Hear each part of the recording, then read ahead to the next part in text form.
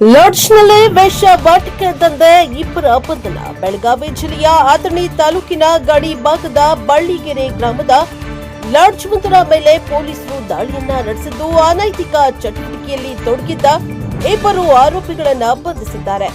ದಾಳಿಯ ವೇಳೆ ಓರ್ವ ಮಹಿಳೆಯನ್ನ ಸುರಕ್ಷಿತವಾಗಿ ರಕ್ಷಿಸಲಾಗಿದೆ. ಬಳ್ಳಿಗೆರೆ ಗ್ರಾಮದ ಲಾಡ್ಜ್ ಮಾಲೀಕ ಸರ್ದಾರ ಭಗವಂತ ಕಾಂಬಳೆ ಹಾಗೂ ವಿಜಯಪುರ ಜಿಲ್ಲೆಯ ಚಡಚಣ ಮೂಲದ ಪ್ರವೀಣ್ ಬಸವರಾಜ ಮಲ್ದಾರಿ ಬಂಧಿತ ಆರೋಪಿಗಳು.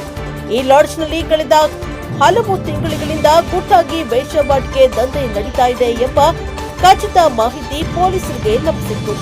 ಅದರಂತೆ ಶುಕ್ರವಾರ ಅಥಣಿ ಪೊಲೀಸರು ಕಾರ್ಯಾಚರಣೆ ನಡೆಸಿ ದಂಧೆಗೆ ಪ್ರಚೋದನೆ ನೀಡುತ್ತಾ ಇದ್ದ ಆರೋಪದ ಮೇಲೆ ಇಬ್ಬರನ್ನ ವಶಕ್ಕೆ ಪಡೆದಿದ್ದಾರೆ. ಮಹಾರಾಷ್ಟ್ರ ಮತ್ತು ಕರ್ನಾಟಕದ ಗಡಿ ಭಾಗದಲ್ಲಿರುವ ಬಳ್ಳಿಗೆರೆ ಗ್ರಾಮವು ಇತ್ತೀಚಿನ ದಿನಗಳಲ್ಲಿ ಅಕ್ರಮ ಚಟುವಟಿಕೆಗಳ ತಾಣವಾಗಿ ಮಾರ್ಪಟ್ಟಿದೆ ಎಂಬ ದೂರುಗಳು ಕೇಳಿಬರುತ್ತಾ ಇವೆ. ಇಲ್ಲಿ ಅಕ್ರಮ ಸಾರಾಯಿ ಮಾರಾಟ, ಶೇಂದಿ ಮಾರಾಟ, ತಂಬಾಕು ಉತ್ಪನ್ನಗಳ ಕಳ್ಳ ಸಾಗಾಣಿಕೆ ಹಾಗೂ ಮಟ್ಕಾ ದಂಧೆಗಳು ಎಗ್ಗಿಲ್ಲದೆ ನಡೀತಾ ಇವೆ.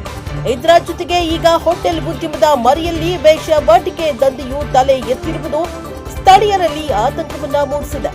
ಡಿವೈಎಸ್ಪಿ ಪ್ರಶಾಂತ್ ಮುನ್ನೊಳ್ಳಿ ಅವರ ಮಾರ್ಗದರ್ಶನದಲ್ಲಿ ಸಿಪಿಐ ಸಂತೋಷ್ ಹಳ್ಳೂರು ನೇತೃತ್ವದಲ್ಲಿ ಈ ಯಶಸ್ವಿ ದಾಳಿ ನಡೆದಿದೆ.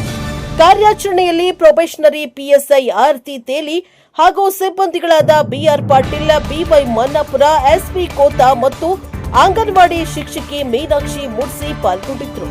ಬಂಧಿತ ಆರೋಪಿಗಳ ವಿರುದ್ಧ ಕಾನೂನು ಕ್ರಮ ಜರುಗಿಸಲಾಗಿದ್ದು, ಈ ಭಾಗದಲ್ಲಿ ನಡೀತಾ ಇರುವ ಇತರ ಅಕ್ರಮ ಚಟುವಟಿಕೆಗಳ ಮೇಲೆಯೂ ಪೊಲೀಸರ ಹದ್ದಿನ ಕಣ್ಣಿಟ್ಟಿದ್ದಾರೆ. ಅಕ್ರಮ ದಂಧೆಗಳಲ್ಲಿ ತೊಡಗುವವರ ವಿರುದ್ಧ ಕಟ್ಟುನಿಟ್ಟಿನ ಕ್ರಮ ಕೈಗೊಳ್ಳಲಾಗುವುದು ಎಂದು ಪೊಲೀಸ್ ಅಧಿಕಾರಿಗಳು ಎಚ್ಚರಿಕೆಯನ್ನ ನೀಡಿದ್ದಾರೆ.